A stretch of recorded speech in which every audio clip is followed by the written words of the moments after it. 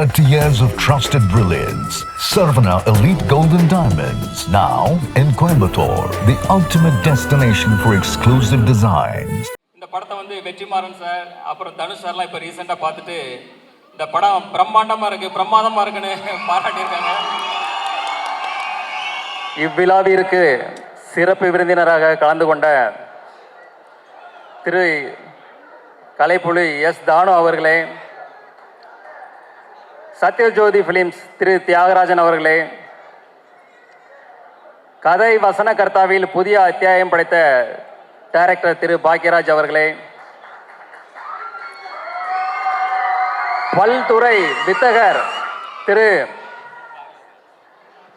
சித்ரா லட்சுமணன் அவர்களே, ட்ரெண்டிங் இளைஞன் திரு தனஞ்சயன் அவர்களே, நண்பர்களே, உறவினர்களே, பத்திரிகை ஊடக நண்பர்களே, இந்நிகழ்ச்சியை ஊடக வழியாக கண்டு ரசித்துக் கொண்டிருக்கும் ரசிக பெருமக்களே, என் உயிரினும் மேலான என் மீது அதிக அன்பும் அதிக நம்பிக்கையும் வைத்திருக்கும்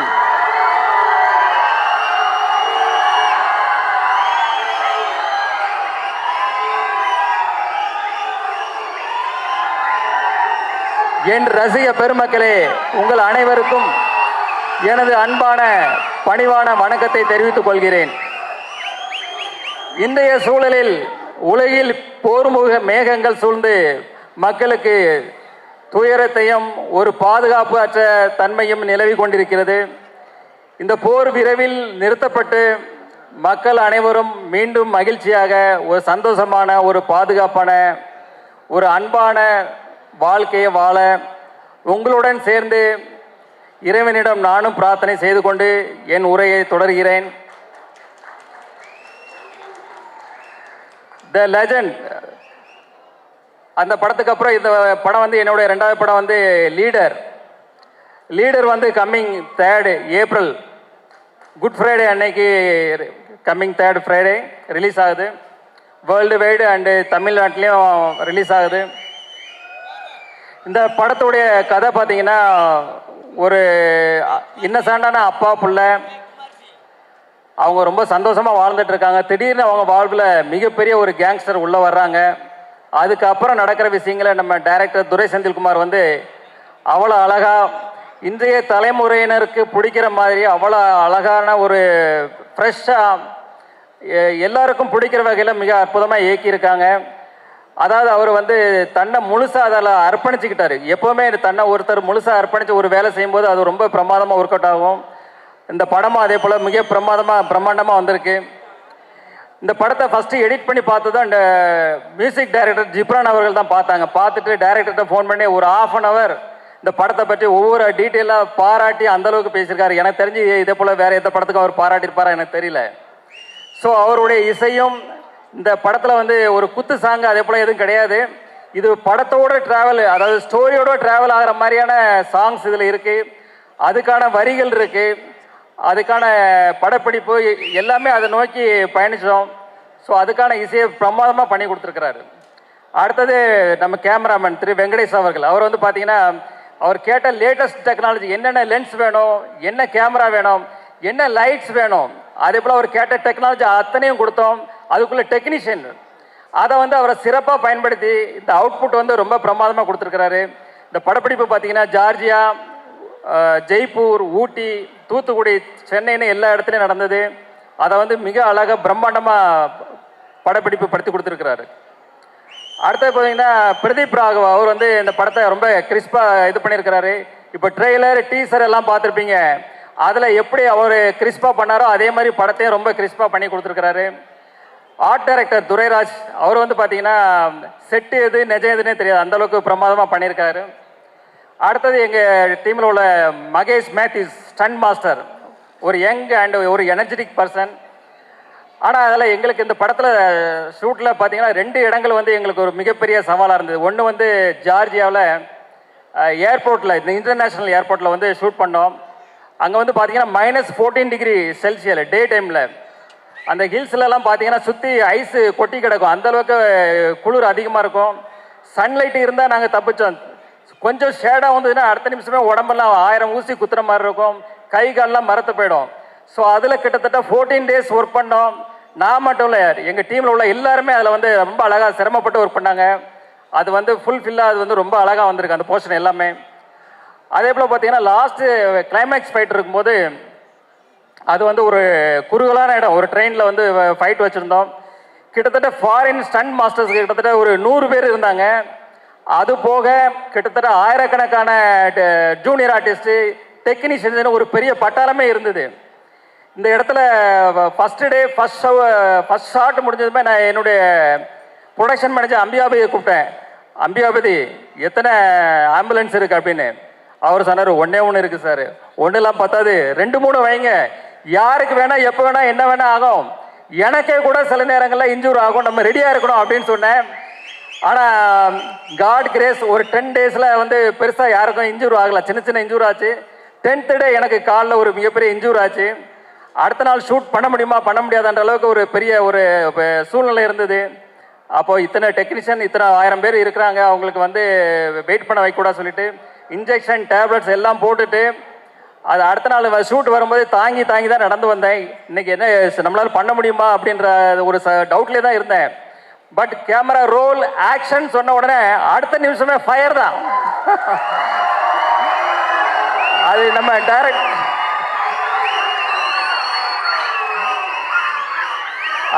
நம்ம டைரக்டர் சார் சொன்ன மாதிரி அந்த எனர்ஜி எங்கேருந்து வருது தெரியாது. அது காட் பிளஸிங், கடவுளுக்கு தான் நன்றி சொல்லணும். அதே போல் இந்த படத்தில் ஒர்க் பண்ண அத்தனை டெக்னீஷியன்ஸும் அவங்கள வந்து முழுசாக அர்ப்பணித்து இதில் ஒர்க் பண்ணாங்க. எப்படி இப்போ நம்ம தலை எப்படி அப்படி தான் வாழு. ஸோ அதே போல் என் கூட இருந்த எல்லாருமே அவங்கள தன்னை அர்ப்பணித்து அந்த இதில் ஒர்க் பண்ணாங்க. அவங்களுடைய ஒர்க்கு எல்லாரும் ரொம்ப ஃபென்டாஸ்டிக்காக வந்திருக்கு. அவங்களுக்கு எல்லாருக்கும் தேங்க்ஸ். அதாவது நம்ம டைரக்டர் டீம் ஆகட்டும், எனி அதர் டெக்னீஷியன், எல்லா டெக்னீஷியனுக்கும் என்னுடைய தேங்க்ஸ்.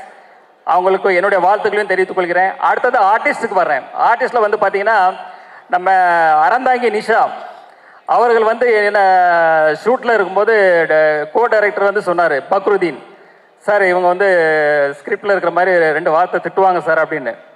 சரின்னு இருந்தேன். அவங்க பார்த்தா ஷார்ட் போகுது, திட்டிகிட்டே இருக்கிறாங்க. எனக்கு ஷாக் ஆகிட்டு உடனே பக்ருதீன் சாரை கூப்பிட்டு, என்ன சார் இது, நீங்கள் 2 சீன் தானே சொன்னீங்க சார், இன்னும் இவ்வளோ திட்டிகிட்டு இருக்காங்களா அப்படின்னு. இல்லை அவர் சொன்னார், மேடம் கூட 2 வார்த்தை போட்டுக்கலாமான்னு கேட்டாங்க. நான் சரின்னு சொன்னேன். ஆனால் இப்படி பசா போடுவாங்கன்னு எனக்கு தெரியாது சார் அப்படின்னு. ஆனால் அப்புறம் அறந்தாங்கி நிஷாட்ட அப்புறம் சொன்னேன் வந்து, இல்லை இது நீங்கள் பண்ணது கரெக்டு தான், இந்த வந்து சீன் அப்போ தான் இது வந்து நல்லா இன்ட்ரெஸ்டிங்காக இருக்குன்னு சொல்லி அந்த சீன் அதே போல் ரொம்ப நல்லா வந்தது. அடுத்தது பார்த்தீங்கன்னா நம்ம யோகிராம், வேலு, நிரஞ்சன், கதிர், அதே போல் பத்மன், இவங்க எல்லாருமே அந்தந்த ஆர்டிஸ்ட்டு அந்தந்த கேரக்டரில் ரொம்ப அழகாக பண்ணாங்க. இதே போல் பல ஆர்டிஸ்ட் அதில் ஒர்க் பண்ணாங்க. அவங்க எல்லாருக்குமே என்னுடைய வாழ்த்துக்கள்.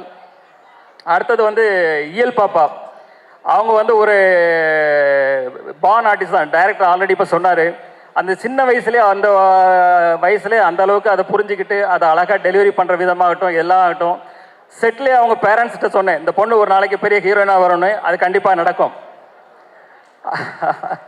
அதே போல் நம்ம ஜார்ஜ் வில்லியம்ஸ்னு நடித்தார் என் கூட.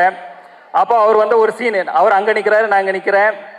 அப்போ அவர் வந்து கொஞ்சம் சங்கோச்சப்பட்டார், சார் நீங்கள் அங்கே இருக்கணும் நான் இங்கே இருக்கணும் இதான் சார் அப்படின்னு கொஞ்சம் சங்கோச்சப்பட்டார். சார் சினிமா தானே சார், இது அப்படி தான் பண்ணணும்னு சொல்லி அவரை சமாதானப்படுத்தி அந்த சீனை முடித்தோம்.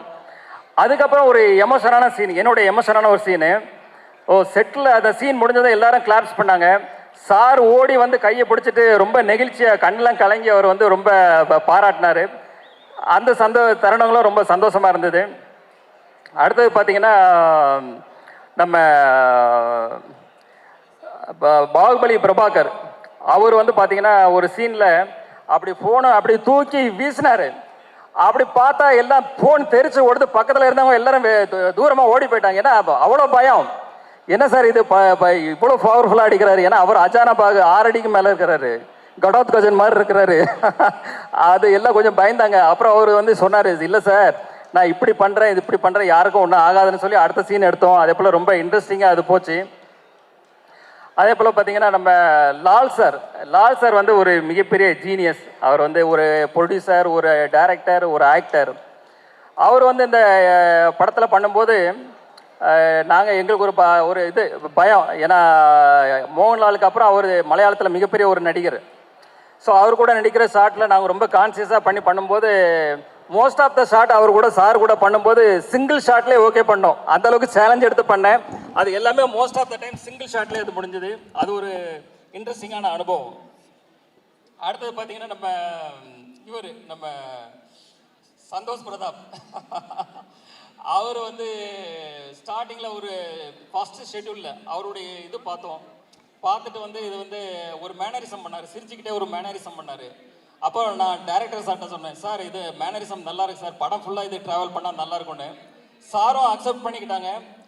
அப்புறம் அதுக்கப்புறம் பார்த்தீங்கன்னா கிளைமேக்ஸ் ஃபைட்டில் வந்து அவர் கண்ணில் ஒரு அடிபட்டுரும், கண்ணில் பிளட் மாதிரி ஒன்று இதாகிடும், கிளாட் ஆகிடும்.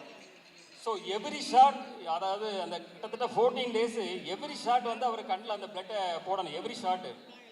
அதாவது யாருமே சொல்ல வேண்டியதில்லை, யாருமே அவருக்கு எதுவுமே சொல்ல வேண்டியதில்லை. அவரே அந்த கரெக்டாக அந்த ஷாட் ரெடினா அந்த கண்ணில் அந்த பிளட்டை போட்டு வந்துடுவார். அதை பார்க்கும்போது நம்மளுக்கே சிரமமாக இருக்கும், அது கஷ்டமாக இருக்கும். அது என்னடா இவ்வளோ கஷ்டப்பட்டு பண்ணுறாங்களேன்னு. பட் அவர் வந்து அதை டெடிக்கேஷன், அந்த அளவுக்கு அவர் வந்து சின்சியாரிட்டி, அவர் வந்து மிகப்பெரிய உயரத்துக்கு வரணும் நீங்கள். அதே போல் நம்ம ஷாம் சார் வந்து பார்த்தீங்கன்னா அவருடைய மெச்சூர்டான நடிப்பு அந்த படத்தில் கொடுத்துருக்கிறாரு. அவர் இத்தனோட வருட ட்ராவலில் பார்த்தீங்கன்னா அந்த ஒரு அனுபவம், அந்த மெச்சூர்டான நடிப்பு அதை கொடுத்துருக்கிறாரு. எனக்கு தெரிஞ்சு அவர் பண்ண கேரக்டரை வேறு யார் பண்ணாலும் இந்த அளவுக்கு நல்லா ஜஸ்டிஃபை பண்ணி இருக்க முடியுமான்றது எனக்கு ஒரு டவுட் தான்.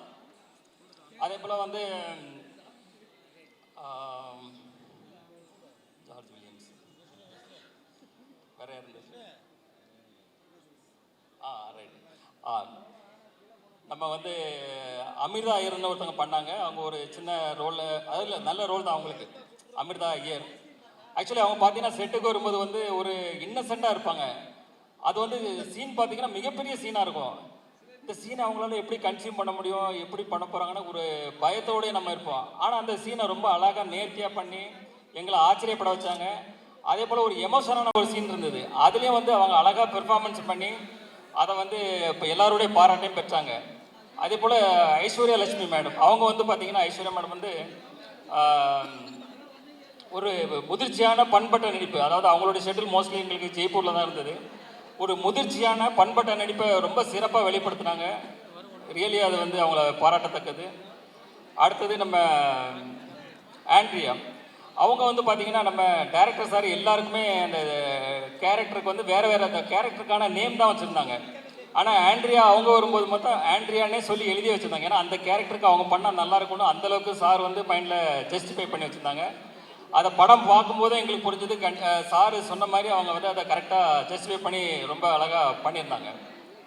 அடுத்தது நம்ம தலைவர் விடிவி கணேஷ் தான். அவர் வந்து பார்த்தீங்கன்னா ஒரு சீன் எடுத்துகிட்டு இருக்கோம், ஒரு ரெண்டு பேருக்கு சேர்த்து ஒரு க்ளோஸ்அப்பு. சார் வந்து எடுத்துகிட்டு இருக்கிறாங்க, ஷார்ட்டு டேக்கு போயிட்டே இருக்கு, ஓகே ஆக மாட்டேங்குது.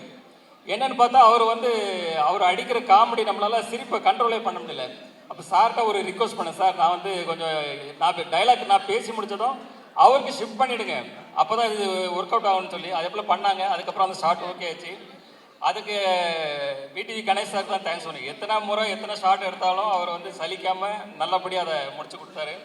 அதே போல் பார்த்தீங்கன்னா லாஸ்ட்டு ஒரு இடத்துல வந்து அவர் வந்து டைலாக்கு, அவர் ஒரு டைலாக்கை ஆரம்பித்து ஒரு இடத்துல முடிக்கணும், அதான் ஸ்கிரிப்ட்னா அவர் இன்னொன்றில் ஆரம்பித்து இன்னொன்றில் முடிப்பார். அடுத்த வாட்டி சரி, ஏன்னா அதுக்கப்புறம் நான் பேசணும், சரி இதில் ஆரம்பித்து இதில் முடிப்பார் பார்த்தா அப்பவும் மாற்றி பேசுவார், நம்ம ஒரு கன்ஃபியூஷன் ஆகிடுவோம். ஆனால் ஏன்னா அவர் ஒரு காமெடியில் இருப்பார், நம்ம ஒரு சீரியஸ் மூடில் இருப்போம் அந்த கேரக்டரு. ஸோ ஒரு காமெடியாக இருந்தால் நம்ம ஏதாவது ஒரு பிட்டை போட்டு நம்மளும் அதில் ட்ராவல் பண்ண முடியும். ஸோ அது வந்து பண்ண முடியாமல் போயிடுச்சு. பட் அவர்கிட்ட மிகப்பெரிய திறமை இருக்குது. அவர் ஒரு தயாரிப்பாளர், அவர் ஒரு நடிகர், நாளைக்கே ஒரு பெரிய டைரக்டர் ஆனாலும் ஆச்சரியப்படுறதுல. அவர் கூட ஒரு 2 சீனாவது அடுத்த படத்தில் ஒரு ஃபுல்லாக ஒரு ஜோவியலான ஒரு காமெடி ட்ராக் பண்ணணும்னு என்னுடைய ஆசை. அடுத்தது படத்தினுடைய ஹீரோயின் பாயல் ராஜ்புத். அவங்க வந்து தெலுங்கில் வந்து பார்த்தீங்கன்னா RX100, அப்புறம் வந்து Mangalavaram, heroine centric film, 2 ஃபிலிமே பிளாக் பஸ்டர்ஸ். ஸோ நாங்கள் வந்து எங்கள் கதைக்கு சார் தேடும்போது சார் சொன்னாங்க வந்து ஒரு ஹோம்லியாகவும் இருக்கணும், ஒரு ஆக்ஷன் ஓரியன்ட் ஹீரோயினாகவும் இருக்கணும். ஸோ அதை 2மே ஜஸ்டிஃபை பண்ணி ரொம்ப பிரமாதமாக பண்ணாங்க. ஸோ தமிழ் சினிமாவுக்கு வந்து அவங்க ஒரு இந்த பெர்ஃபார்மன்ஸ் வந்து ஒரு புதுசாக இருக்கும், எல்லாருக்கும் பிடிக்கணும்னு நினைக்கிறேன். ஃபைனலாக இந்த படத்தை வந்து வெற்றிமாறன் சார் அப்புறம் தனுஷ் சார்லாம் இப்போ ரீசெண்டாக பார்த்துட்டு இந்த படம் பிரம்மாண்டமாக இருக்குது பிரமாதமாக இருக்குன்னு பாராட்டியிருக்காங்க.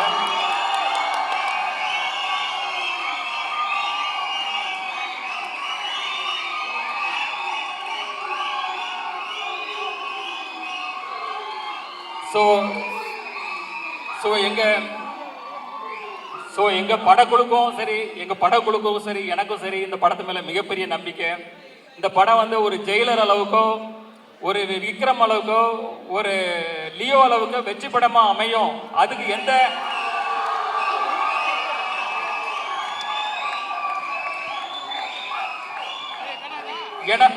ஏன்னா அதுக்குள்ள தகுதி அத்தனையும் இந்த படத்தில் இருக்கு. நீங்கள் அந்த படத்தை வந்து நீங்கள் பார்க்கும்போது கண்டிப்பாக புரியும். கம்மிங் April 3 வர குட் ஃப்ரைடே அன்னைக்கு கவர்மெண்ட் ஹாலிடே அன்னைக்கு ரிலீஸ் ஆகுது. ஸோ ஃபேமிலியோட எல்லாரும் பாருங்க. உங்களை 100% இது வந்து சாட்டிஸ்ஃபை பண்ணும்.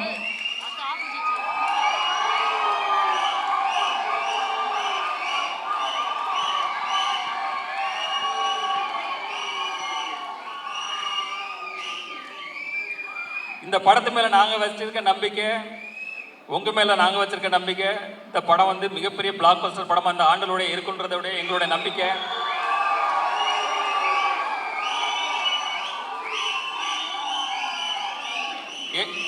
ஏப்ரல் வந்து உங்களுக்கு ஹாலிடே அண்ட் சம்மர் ஹாலிடே வந்துடுது. ஸோ சம்மர் ஹாலிடே லீடரோட பார்த்து என்ஜாய் பண்ணுங்க. அப்புறம் இப்போ என்னுடைய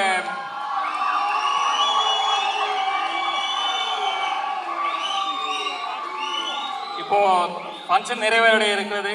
எல்லாரும் சாப்பிட்டுட்டு எல்லாருக்கும் டின்னர் இருக்கு. சாப்பிட்டுட்டு நிதானமாக ரிலாக்ஸாக ஹாப்பியாக போங்க. இந்த நிகழ்ச்சியை தொகுத்து வழங்கிய ஆஞ்சலினா விஜய் அவர்களுக்கு மற்றும் நம்ம நிகில் முருகன் அவர்களுக்கும் தேங்க்ஸ். கடைசியாக இந்த படத்தில் வந்த ஒரு முக்கியமான எனக்கு ரொம்ப பிடித்த டைலாக்கு, அந்த டைலாக்கோட இந்த சொல்லி இந்த படத்தை இதை நிறைவுபடுத்துகிறேன்.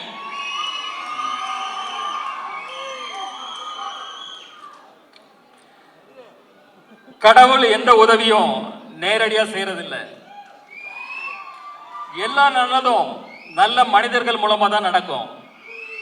நாம அவங்கள தான் நம்பணும். நீங்க என்ன நம்புங்க. உங்க நம்பிக்கை ஒரு நாளும் வீண் போகாது. வெற்றி. Sarvana Elite Gold and Diamonds, the ultimate destination for exclusive designs.